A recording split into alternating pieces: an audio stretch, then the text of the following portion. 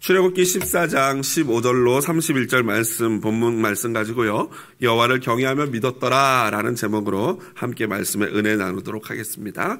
옥하는 목사님은요, 고통에는 뜻이 있다라는 책, 설교집인데요, 그 책에서 한센병 치료의 체계적 권위자인 폴 브랜드 박사의 다음과 같은 말을 인용했습니다. 고통을 만드신 하나님께 감사하라. 나는 그가 그보다 더 좋은 일을 하실 수 있다는 것을 믿지 않는다. 물론 고통과 고난을 당하는 사람이라면 이것이 과연 동의가 되는 말일까라는 그런 생각이 들지만요.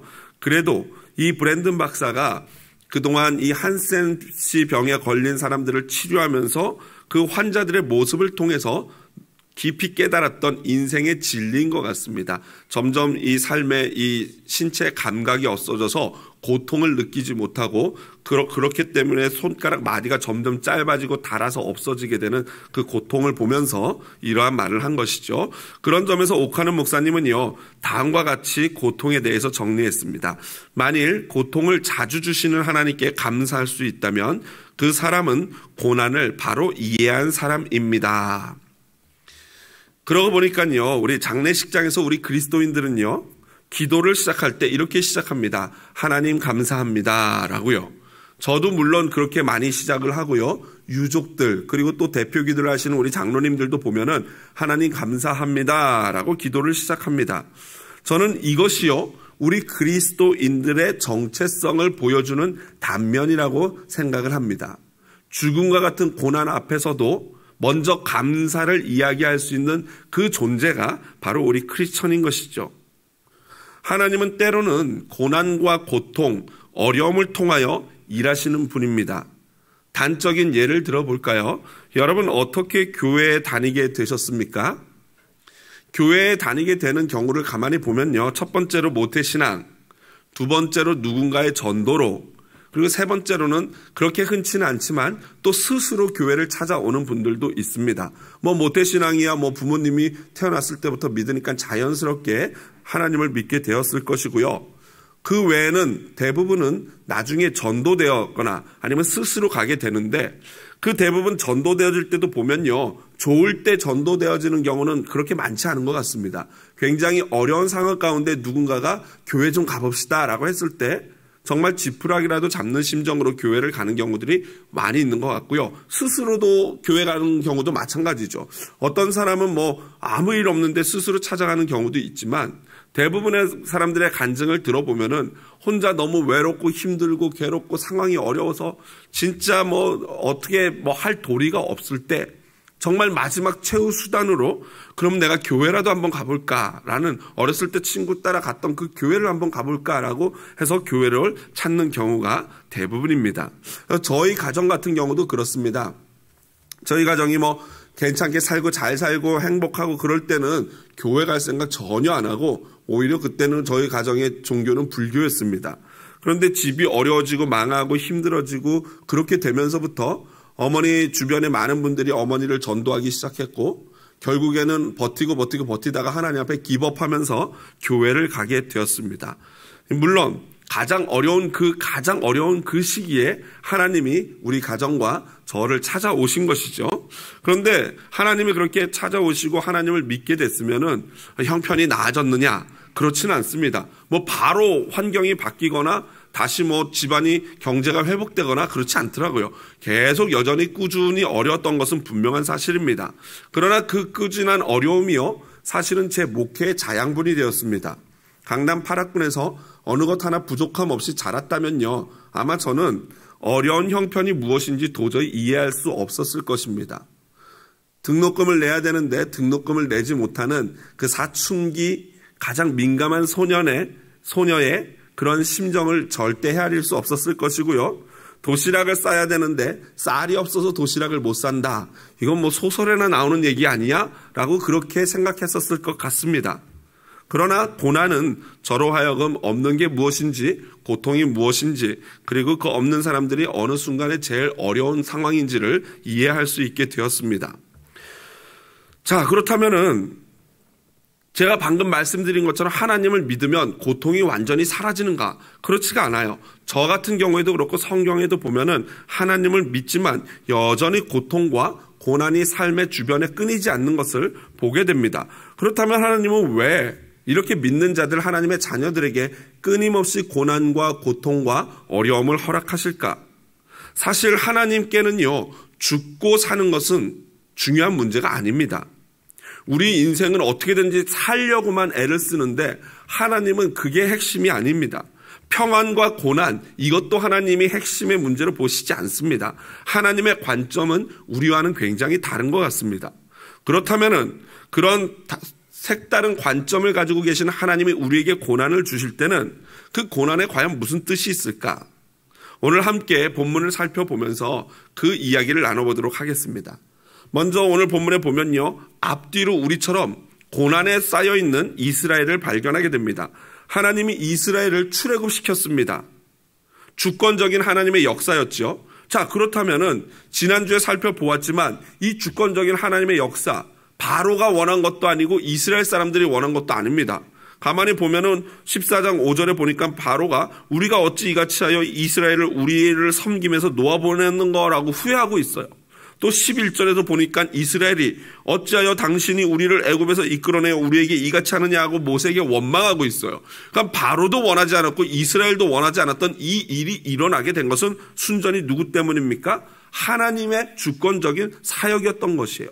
자, 그렇다면은 이렇게 주권적으로 당신의 백성을 이끌어내셨다면은 아예 당신의 백성을 초원으로 이끌고 적과 꿀이 흐르는 땅으로 이끌어 주시고 인도해야 하는 것이 맞지 않습니까?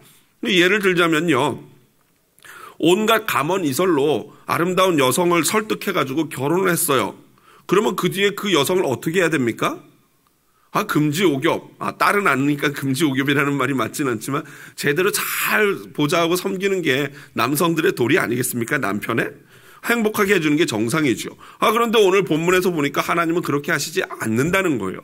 이스라엘을 인도하셨는데 어디로 인도하셨어요? 홍해. 죽음처럼 삼키려고 하는 홍해 앞으로 인도하셨어요. 그런데 그 뒤에는 뭐가 따라옵니까? 죽이려고 하는 애굽의 병사가 따라오고 있는 것입니다. 그러니 이런 고난 중에 이런 고난이 있을 수 있습니까? 막 겹쳐서 오는 고난입니다. 인간적인 면에서 이스라엘 백성들의 아우성을 우리는 원망을 이해할 수도 있습니다. 도대체 하나님은 왜 이렇게 이스라엘로 하여금 빠져나갈 수 없는 고난과 고난 사이로 이끌어 오셨는가? 오늘 함께 그 이유를 살펴보길 원합니다. 그러나 그에 앞서서 먼저 살펴볼 것은 이 고고학적인 관점에서, 역사학적인 관점에서 과연 이 홍해 도화 사건이 진짜 역사적으로 있었던 사실인가? 다시 한번 마지막으로, 그동안 제가 몇 번 계속 말씀드렸지만 다시 한번 마지막으로 오늘 이 마지막 출애굽 이 홍해 도화 사건을 살펴보면서 마지막으로 점검해 보도록 하겠습니다. 먼저 지도 한번 볼까요? 지도 보시면요, 몇 주째 계속 한 3주째 보고 있는 지도인데요, 여기 고센 땅 이스라엘 백성들이 있었던 곳이고요. 그 다음에 가장 전통적인 출애굽 경로가 이 빨간색이라 그랬어요. 그래서 이렇게 이 가데스 바네아에 와가지고 가나안 땅으로 들어간 이 경로라고 보고 있는데요. 사실 이 경로는요, 로마 카톨릭에서 일방적으로 이랬을 것이다 라고 정한 거예요. 어떤 고고학적인 증거나 역사적인 증거를 가지고 정한 것이 아니라 이랬을 것이다 라고 이제 성경을 대충 보면서 추론을 한 거죠. 그런데 문제는 뭐냐면요, 이 길을 따라오면은 건널 홍해가 없다는 거예요. 이 빨간 길을 보면 여기가 이제 요 끝부분, 수에즈만 이 끝부분을 홍해로 보기도 해요. 이것도 뭐 충분히 그럴 수 있는 가능성이 있지만 사실 이집트에서 너무 가깝다는 게 약점이죠. 그리고 200만이라는 사람이 머물러 있을 공간, 그리고 뭐 여러 가지 면에서 여기도 약간 의아합니다. 사실은 완전히 설명이 되지 않죠. 그리고 또 어떤 분들은 여기서 보면 여기 가끔 이렇게 호수들이 있는데 사실 이 13장 3절에 18절에 나오는 홍해라는 단어가요, 히브리어로 얌숲인데요. 이 얌숲이라는 것은 말 그대로 번역하면은 갈대 바다예요. 실제로 이 지역에 이 좀 굉장히 이 비옥한 땅에 갈대가 많이 자랐어요. 파피루스죠. 왜 예전에 그걸 펴가지고 거기다 글을 기록했던 파피루스인데, 여기에 갈대숲이 많아요. 여기도 보니까 얌숲이라고 써 있는데 어딘지 몰라요. 그런데 그 갈대밭을, 무릎밖에 오지 않는 그 갈대밭을 이스라엘 백성들이 건넜을 것이다라고 자유주의 신학자들은 이런 기적을 믿지 않다 보니까 자기의 머리로 이해되는 대로 그렇게 설명을 해요. 그래서 복음주의적인 신학자들, 저희처럼 이렇게 복음을 말 그대로 말씀 그대로 믿는 복음주의 신학자들이 야 그러면 더 기적이다 그렇게 얘기를 했어요. 왜 더 기적이냐 그랬더니 그런 무릎밖에 오지 않는 갈대숲에 애굽 병사들이 다 빠져 죽었으니 그거야말로 기적 아니냐 이러면서 서로 싸웠다고 논리적으로 싸웠다는 그런 회의가 있는데요. 그 정도로 이게 풀리지 않는 숙제예요. 그래서 전통적인 것은 이 호수 중에 하나를 건넜거나 아니면 요 수에즈만 끝부분을 건너서 여기 시내 반도로 들어왔고 여기가 호렙산이고 이스라엘 백성이 여기서 지냈을 것이다라고 추측을 합니다. 그런데 문제는 뭐냐면요.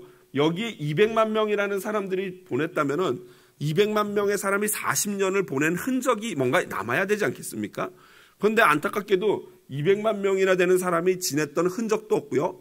1세대가 다 광야에서 죽었어요. 그러면 죽은 사람들은 어떻게 됩니까?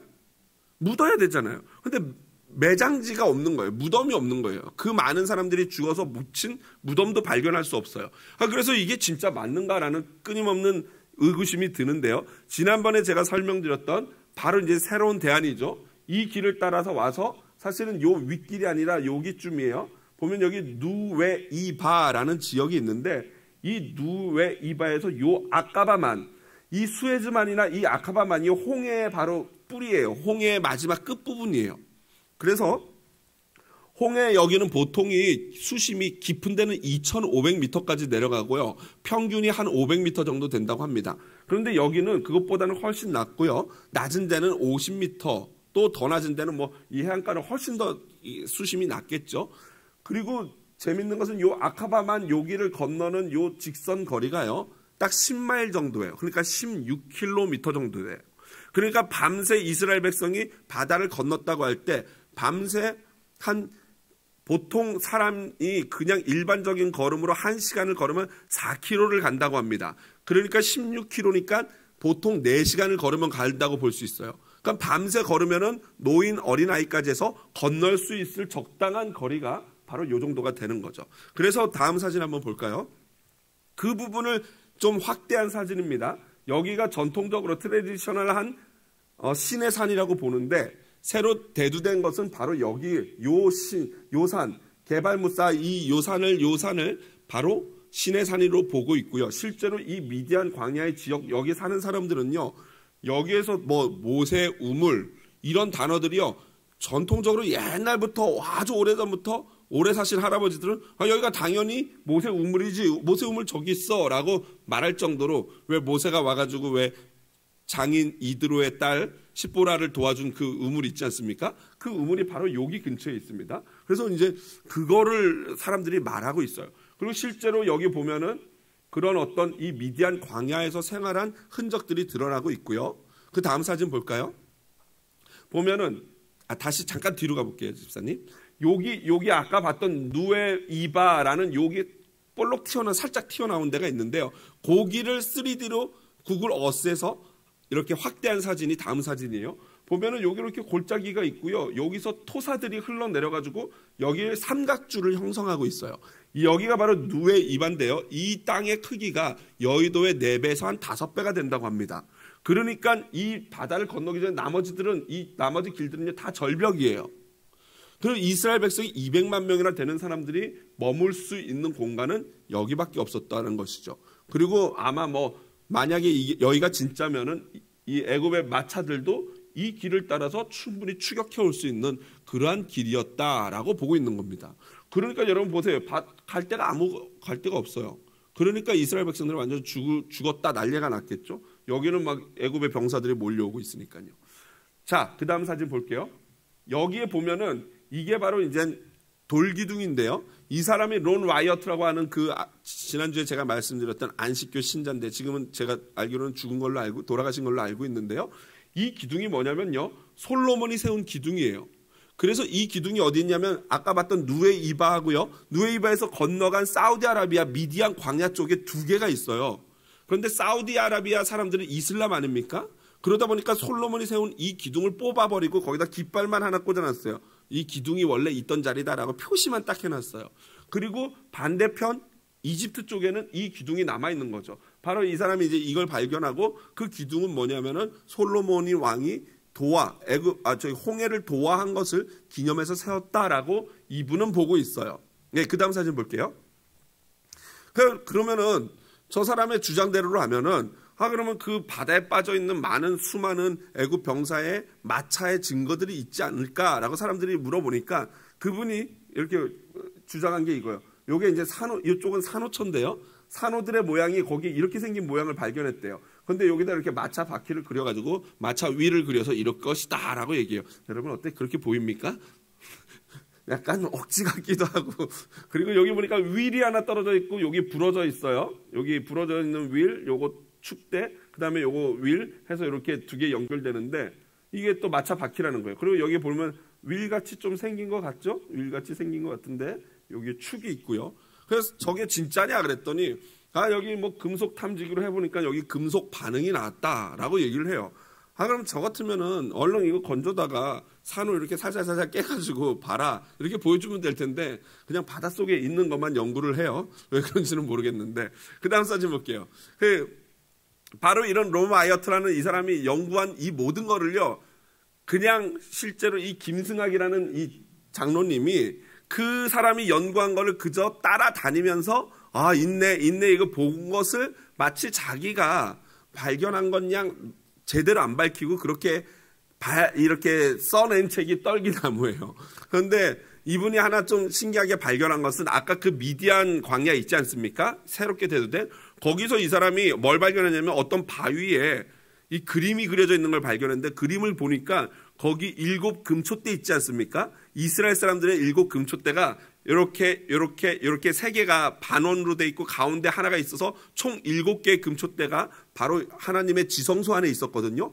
그 그림이 바위에 그려져 있더라고요. 그걸 발견했어요. 그게 이제 암만 해도 그 유대인들이 거기 살면서 성막에 하나님의 지시한 걸 그려냈을 것이라고 보고 있는데 이 김승학이라는 장로님이 지난번에 말씀드렸지만 사우디아라비아 왕자의 이 주치의로서 목 디스크도 낮게 하고 그러면서 그분이 준 차로 저기를 좀 편하게 돌아볼 수 있게 되면서 저걸 발견했다는 거예요. 그러나 여러분 저는요 개인적으로 이걸 왜 보여드리냐면 이거 봐라. 그러니까 이게 홍해 건넌 게 이쪽이고 분명히 이건 있었던 사건이다 라는 걸 말하려는 게 아니라 저런 고고학적인 증거가 있든 없든 우리는 이 홍해 사건을 믿습니까 안 믿습니까? 믿어야 하는 줄로 믿습니다. 왜냐하면 우리가 믿는 것은 말씀을 믿는 것이지 고고학적인 연구한 거나 논문을 이해하는 게 아니에요. 이해하는 것과 믿는 것은 전혀 다른 차원이죠. 그냥 우리가 다 보면 그냥 그렇구나 끄덕일 수밖에 없게 되는 건 이해하는 거지만 믿음이라는 것은 내가 직접 경험하지 않고 보지 않았더라도 믿어지는 은혜예요. 저는 그것을 원해서 이걸 보여드리는 게 나중에 이런 것도 보면요. 와 목사님 신기해요. 이런 게 있네요. 성경이 이런 부분에서 이렇게 틀렸네요. 막 이렇게 될까봐 미리 이런 것도 주장하는 사람들이 있다라고 알려드리는 것뿐입니다. 중요한 것은 그게 중요한 게 아니라 하나님의 말씀을 보고 제대로 해석하고 믿는 거죠. 오늘 본문을 보십시오. 이 홍해를 건넌 게 어떤 사람은 뭐 갈대 숲을 건넌 거다. 어떤 사람은 밀물과 썰물 때문에 물이 빠져나갔는데 거기를 지났다. 그런데 하필 뭐 그 사람들은 다 빠져나가고 어떻게 다시 썰물이 딱 하필 그 애굽 병사들한테만 들어와가지고 그것도 천천히 들어오는데 다 죽겠느냐. 이건 말이 안 되죠. 오늘 성경 본문을 보니까요. 어떻게 표현되어 있습니까? 21절 22절에 보니까 여호와께서 큰 동풍으로 밤새도록 바닷물을 물러가게 하셔가지고 물을 가르고 바다를 마르게 했대요. 땅을. 그리고 거기에 22절에 보니까 바다 가운데를 육지로 걸어가게 만들고 좌우에 뭐가 됐다고요? 벽이 됐다. 정확하게 표현하고 있어요. 벽이 됐다. 그런데 이게 하나뿐만이 아니라 29절에 보니까 그러나 이스라엘 자손은 바다 가운데를 육지로 행하였고 물이 어떻게 됐어요? 좌우에 벽이 됐다. 여기서 나오는 벽이라는 단어는요. 호마라는 단어인데 담이나 둑을 가리키는 단어가 호마예요. 그러니까 실제로 말 그대로 이스라엘 사람들이 건너가는 양옆에 바다가 벽처럼 섰던 거죠. 그게 하나님의 동풍으로 인해서 그게 밀려 있어서 계속 서 있는 그런 상황인 것이죠. 그러니까 이것을 볼 때 여러분 여기 본문에 나오는 애굽 병사들을 영적으로 해석해가지고 사탄의 세력이라고만 해석하면 안 돼요. 그렇게 되면은 좌우에 벽이 섰다는 것은 하나님이 보호해 주시는 영적인 표현이다라고 이해하게 되잖아요. 그런데 실제로 애굽 병사는 있었고 이스라엘 백성들도 있었다면은 그러면 좌우에 바다가 벽이 됐다라는 이 말은 뭐예요? 사실이 되는 거예요. 무슨 말인지 이해가 되시죠? 본문을 해석할 때 어떤 부분은 상징적으로 어떤 부분은 실제로 해석하면 안 되고 한 문장 안에서 그 어떤 게 실제면은 그 안에 있는 걸 다 실제로 보아야 한다는 거예요. 아니면 하나가 상징이면은 그 역시 나머지도 상징적으로 해석을 해야 되는 거죠. 그러니까 오늘 본문 여기에 나오는 이 묘사는 실제인 줄로 믿습니다. 그러므로 애굽 병사도 있었고 이스라엘 백성들도 있었고 실제로 바다는 벽으로 갈라진 것입니다. 오늘 본문에서 15절에 보니까 모세에게 이르시되 너는 어찌하여 내게 부르짖느냐라고 나와 있는데 어디에도 모세가 부르짖었다라는 기록은 없어요. 단 10절에 보면은 이스라엘 자손이 심히 두려워하여 여호와께 부르짖고라고 나옵니다. 그러니까 이 부분을 해석할 때는 이스라엘 백성들이 부르짖은 것을 하나님은 모세도 같이 부르짖은 것으로 보셨던가 아니면은 기록은 안 돼 있지만 실제로 모세가 너희는 가만히 있어 여호와의 구원하심을 봐라라고 선포한 후에 모세가 하나님께 열렬히 부르짖으며 기도했던가 둘 중에 하나일 수 있어요. 둘 다 어떤 거든지 상관은 없지요. 여하튼 하나님이 부르짖지만 말고 어서 빨리 건너라 라고 말씀하세요. 여기서 우리가 배울 수 있는 것은 우리 기독교는요 기도만 가만히 있는다는 것이 그냥 무조건 기도만 하는 게 아니에요. 어떤 때는 진짜 말 그대로 가만히 있을 때가 있어요. 그러나 또 어떤 때는 중심은 하나님 앞에 가만히 있지만 기도를 했으면 또 기도한 믿음을 가지고 행해야 하는 것이 우리 기독교인 것입니다. 이제 모세는 지팡이를 손에 들고 바다를 향해 내밀라 그래요. 내밀었더니 어떻게 됩니까? 바다가 갈라진 줄로 믿습니다. 이게 얼마나 놀라운 일입니까? 드디어 하나님이 동풍을 통해서 땅을 마르게 하고 건너가기 편하게 만들어주신 것이죠. 그런데 또 놀라운 것은 앞서가던 구름 기둥이 19절에 보니까 뒤로 왔다 그래요. 그런데 그 뒤로 오기 전에 하나님의 사자가 그들의 뒤로 옮겨가매 구름 기둥도 앞에서 그 뒤로 옮겨갔다. 무슨 말입니까? 하나님의 사자와 구름 기둥과 불 기둥은 같이 가는 거예요. 한마디로 하나님의 사자가 함께 하는 것에 가시적인 표현으로 나타난 게 구름 기둥이고 불 기둥이 눈에 보여졌던 거죠. 그러니까 하나님의 영적으로 모세가 본 거겠죠. 영적으로 하나님의 사자가 뒤쪽으로, 즉 다시 말해서 홍해길에서 이스라엘 백성과 뒤쫓아오는 애굽 병사 사이로 이동을 하니까 앞에 있던 구름 기둥과 불 기둥도 이스라엘 백성과 애굽 병사 사이로 이동을 했다는 거예요. 그러면서 여기서 하나님이 이스라엘과 애굽을 또다시 구별합니다. 애굽 땅에서 그렇게 하셨던 것처럼 보니까 20절에 보니까 이 애굽 병사들이 있는 애굽 쥐는 흑암이었는데 반대로 이스라엘 백성들이 계속 건너고 있는 그쪽 진영은 어때요? 뭐라고 나옵니까? 밝았으므로, 밤이 밝았으므로. 무슨 뜻입니까? 달빛이 밝은 것처럼 불기둥으로 조명을 비춰주듯이 잘 건널 수 있게 조명을 비춰주고 있는 거고요. 이쪽은 오히려 구름 기둥으로 말미암아 흑암을 줘가지고 어딘지 모르게 그냥 지금 막 그냥 찾기 어려운 곤란함을 주고 있다라는 것입니다. 그러다가 구름 기둥이 이스라엘 백성이 거의 많이 건너니까 밤새 그러다가 거의 다 가서 이쪽으로 건너가니까요. 구름 기둥이 뒤로 옮겼겠죠. 따라갔겠죠. 이스라엘 백성들을. 그러니까 애굽 병사는 기회는 이때다 하고 막 따라 들어갑니다. 바다의 한가운데로 왔어요. 여러분 이 사람이요. 너무 이렇게 뭔가 집중하고 잘못하면은 제대로 된 판단을 합니까? 못합니까? 실수를 하게 돼요. 이 사람들은 이때는 벌써 분위기 보면서 야 이거 큰일 났다. 이거 만약에 저 물이 내려오면 어떻게 되지? 이런 생각을 해야 되는데 지금 안중에도 없어요. 이스라엘 백성들이 안전하게 건너니까 자기네들도 그냥 갈 줄 알고 갔는데 갑자기 지진이 났는지 무슨 이유인지는 모르겠지만 마차의 바퀴가 벗겨지고 난리가 났습니다. 그때서야 눈에 커플이 벗겨지면서 이들이 상황 파악되죠. 25절에 그때서야 이럽니다. 그들의 병거 바퀴를 벗겨서 달리기가 어렵게 하시니 애굽 사람들이 이르되 이스라엘 앞에서 우리가 도망하자. 여호와가 그들을 위하여 싸워 애굽 사람을 치는 도다. 그때서야 깨달았어요. 그런데 때는 어떻습니까? 늦었죠. 늦었습니다. 바로 모세와 이스라엘 백성들이 다 건너고 애굽 병사들이 가운데 왔을 때 구름이 걷히고 갑자기 모세가 손을 바다 위로 내뻗자 오늘 27절에 보니까 모세가 곧 손을 바다 위로 내밀매 새벽이 되어 바다의 힘이 회복된지라. 애굽 사람들이 물을 거슬러 도망하나 여호와께서 애굽 사람들을 바다 가운데 엎으시니 물이 다시 흘러 병거들과 기병들을 덮되 그들의 뒤를 따라 바다에 들어간 바로의 군대를 다 덮으니 하나도 남지 아니하였더라. 이게 그들의 마지막이었어요. 여러분, 여기서 역사적으로 하나 좀 짚어봐야 될 것은요, 하나도 남지 아니하였더라. 이것은요 좀 과장이에요. 과장법이에요.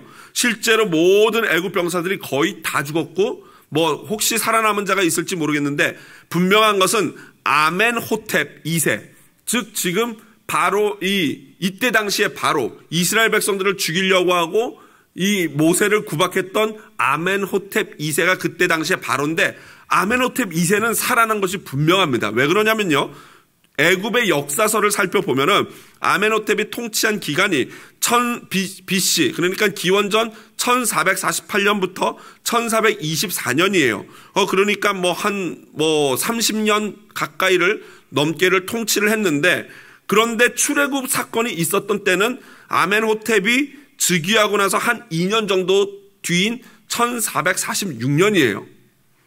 그러면은 만약에 출애굽 사건이 있은 후에 아멘호텝이 여기서 죽었다면은 기원전 1424년까지 다스릴 수가 있습니까? 없습니까? 없어야 되죠. 그런데 실제로 애굽 역사에는 아멘호텝 2세가 등장합니다. 아마도 제 생각에는 제가 애니메이션 이집트의 왕자 애니메이션을 봤을 때 하나님이 이 애니메이션이 이 장면을 어떻게 표현하냐면요, 물이 확 덮으면서 막 난리가 나더니 바다가 마치 아멘호텝 바로를 토해내듯이 바위 위로 확 토해내는 그런 식으로 묘사를 하더라고요.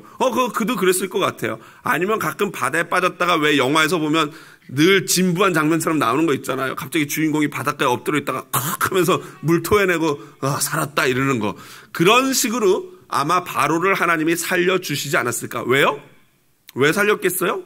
이 사람이야말로 하나님의 이런 놀라운 일을 전할 수 있는 유일한 증인 아니겠습니까? 아마 그래서 살려주신 것 같아요. 여하튼 이스라엘의 고난은, 앞뒤로 막혔던 고난은 이렇게 해피엔딩으로 끝납니다. 자, 그렇다면 이렇게 좋게 끝내실 것이면은 그냥 이스라엘도 편하고 애굽 사람들도 편하게 좋게 처음부터 해주시면 좀 쉽지 않습니까? 그런데 왜 하나님이 이토록 고통스럽게 고난을 주시고 어렵게 하셨을까요? 왜 그러셨을까요? 먼저는 하나님이 이렇게 고난과 고통을 인생에게, 이스라엘에게 허락하시는 이유는요, 바로 모든 일을 통해서 영광 받으시기 위함인 줄로 믿습니다. 4절 17절 보시면요, 4절에 애굽 중간 아랫부분에 보면요, 애굽 사람들이 나를 여호와인 줄, 그 중간에 보면요, 그의 온 군대로 말미암아 영광을 얻어 애굽 사람들이 나를 여호와인 줄 알게 하리라. 그리고 17절에 보면요, 그의 모든 군대와 그의 병거와 마병으로 말미암아 영광을 얻으리니, 18절에도요, 내가 바로와 그의 병거와 마병으로 말미암아 영광을 얻을 때야 애굽 사람들이 나를 여호와인 줄 알리라. 무슨 말입니까? 하나님이 고난을 주시는 이유는요, 하나님의 영광을 얻으시기 위함인 줄로 믿습니다. 요한복음 11장에 보면요, 나사로, 예수님이 사랑하는 마리아와 마르다의 오빠인 나사로가 심각한 병에 걸렸어요. 죽어가고 있어요. 그런데 그 소식을 들었는데 소식을 들은 예수님의 반응이 요한복음 11장 4절에 이렇게 나와 있습니다. 우리 화면 보면서 같이 한번 읽어볼까요? 예수께서 들으시고 이르시되 이 병은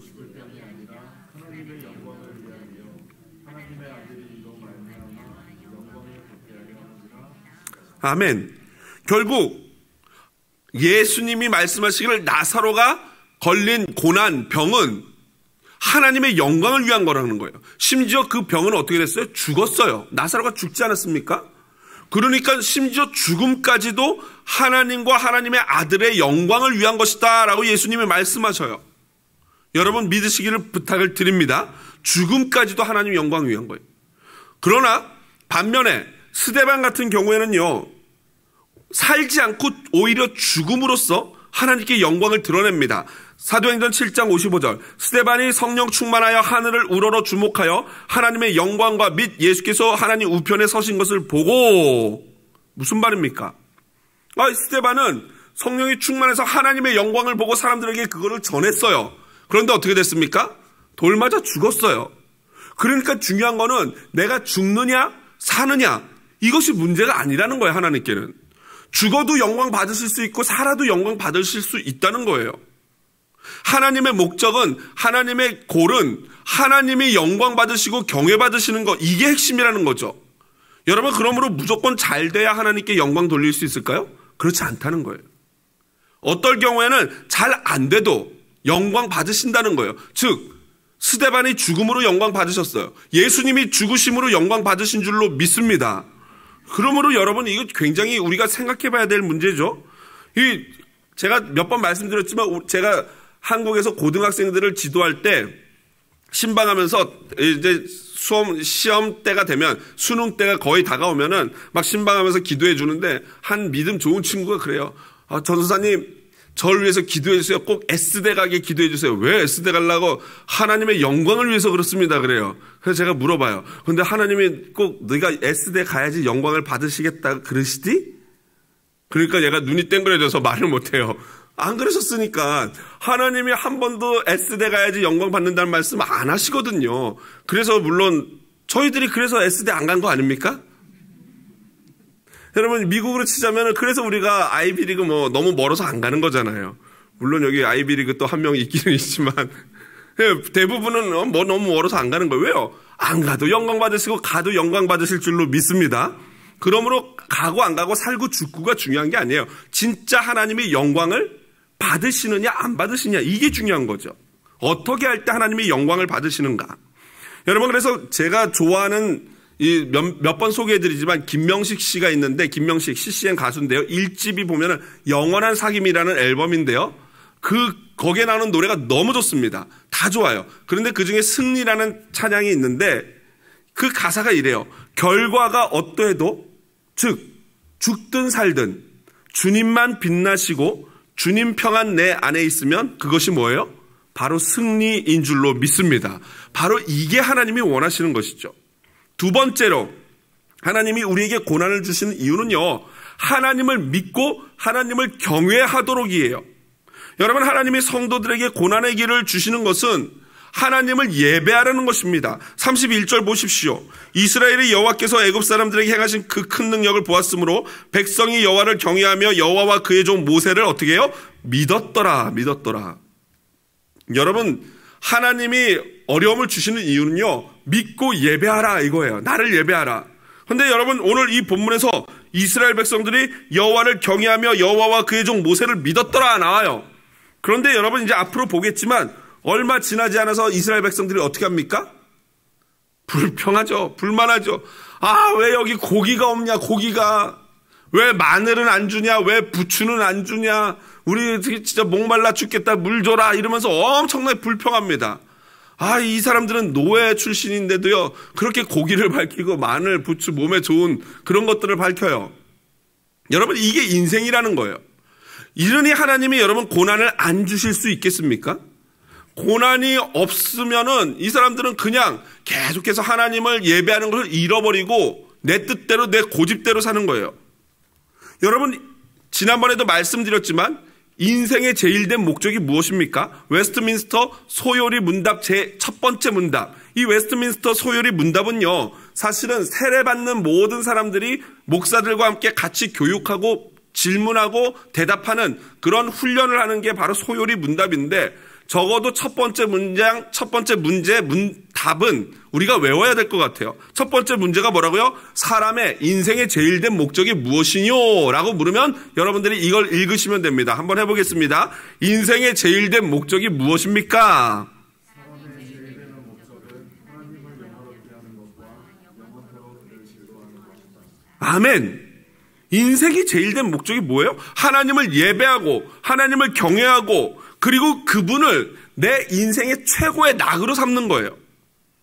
그런데 문제는 이걸 알고 있음에도 불구하고 맞다라고 순간순간 함에도 불구하고 고난이 없어지면요 금세 이걸 잊어버리고 딴 길로 간다는 거예요. 그게 우리 인생이라는 거예요. 어쩔 수 없어요. 그래서 하나님이 하나님 곁에 우리를 계속 머물도록 하나님을 의지하도록 어려움이 있어야지 하나님을 붙잡으니까 그 고난을 주실 수밖에 없는 것입니다. 그래서 오카는 목사님 이 설교집 고통에는 뜻이 있다 해서 한 이런 실화를 목사님이 기록하고 있어요. 어떤 장로님이 누가 운영하던 공장을 이렇게 인수받았는데 그러고 나서 계속해서 어려움이 있었다고 해요. 제가 나머지는 읽어드리도록 하겠습니다. 그 장로님은 다른 사람이 경영하던 공장을 인수받았는데 3년 동안 계속 적자였다고 합니다. 그런데도 끈질기게 포기하지 않고 언젠가는 반드시 하나님이 은혜를 주실 것이라고 확신했습니다. 그 어려운 상황 속에서도 11조하는 것은 물론 주일 성수까지 철저히 하였습니다. 어려움이 가슴을 짓누르면 공장에서 떠나지 않고 밤새도록 하나님께 부르짖었습니다. 그 결과 주변의 모든 공장들이 문을 닫았으나 그 장로님의 공장은 흑자를 내는 유일한 공장이 되었습니다. 그래서 주변에 있는 사람들이 말하기를 저 공장은 일요일 날도 쉬는데 이상하게 흑자를 내니 그 이유를 모르겠다고 했습니다. 이 말에 대해 장로님은 대답하기를 하나님께서 그동안 나에게 시련을 주셨습니다. 3년 동안 나는 하나님 앞에서 믿음을 점검받았습니다. 이제 하나님은 놀랍도록 축복하시고 계십니다. 라고 대답했습니다. 그렇습니다, 여러분. 하나님이 왜 이 장로님에게, 왜 우리들에게, 왜 이스라엘에게 시련과 고난을 주십니까? 더 좋은 축복하시려고 그러는 줄로 믿습니다. 하나님을 경외하고 믿고 예배하라고 그러시는 줄로 믿습니다. 말씀을 마무리합니다. 그러므로 우리는 고난 가운데 하나님을 믿어야 합니다. 하나님께만 영광을 돌려야 합니다. 어떤 하나님을 믿어야 합니까? 딱 두 가지만 말씀드리고 말씀 마치겠습니다. 첫 번째로 인도자 되시며 보호자 되시는 하나님을 믿어야 합니다. 하나님은요 광야 같은 길에서 우리를 인도하시는 분이었어요. 오늘 이스라엘 백성을 보니까. 그런데 위기가 닥쳐오니까 하나님이 어떻게 변합니까? 전사로 변해. 워리어. 그래서 앞에서 인도하시다가 갑자기 뒤로 가가지고 쫓아오는 애굽 병사들을 막고 싸우시는, 우리를 보호하시는 하나님인 줄로 믿습니다. 이 하나님을 믿어야 돼요. 그 능력의 하나님, 우리의 인도자가 되시고 동시에 보호하시는 그 하나님을 인정해야 합니다. 믿어야 합니다. 두 번째로 구원자 되시는 하나님이십니다. 존 더 햄이라는 학자는요, 이 홍해길, 홍해 갈라진 바닷길을 건넌 이것을 이렇게 표현했어요. 애굽 사람들에게는 그렇게도 치명적이었던 길이 이스라엘 백성에게는 구원의 길이 되었다. 아멘. 여러분, 같은 길이에요. 같은 바닷길이에요. 같은 홍해의 두려운 길이에요. 같은 인생길을 걷고 있어요. 그런데 누구에게는 그 길이 구원의 길이었고 누구에게는 그 길이 심판의 길이었다는 것입니다. 바로 그게 홍해길이에요. 도대체 그럼 홍해길이 어떤 길이길래 그렇습니까? 고린도전서 10장 1절 하반절부터 2절, 여러분 화면 보면서 함께 큰 목소리를 읽어보겠습니다. 우리 조상들이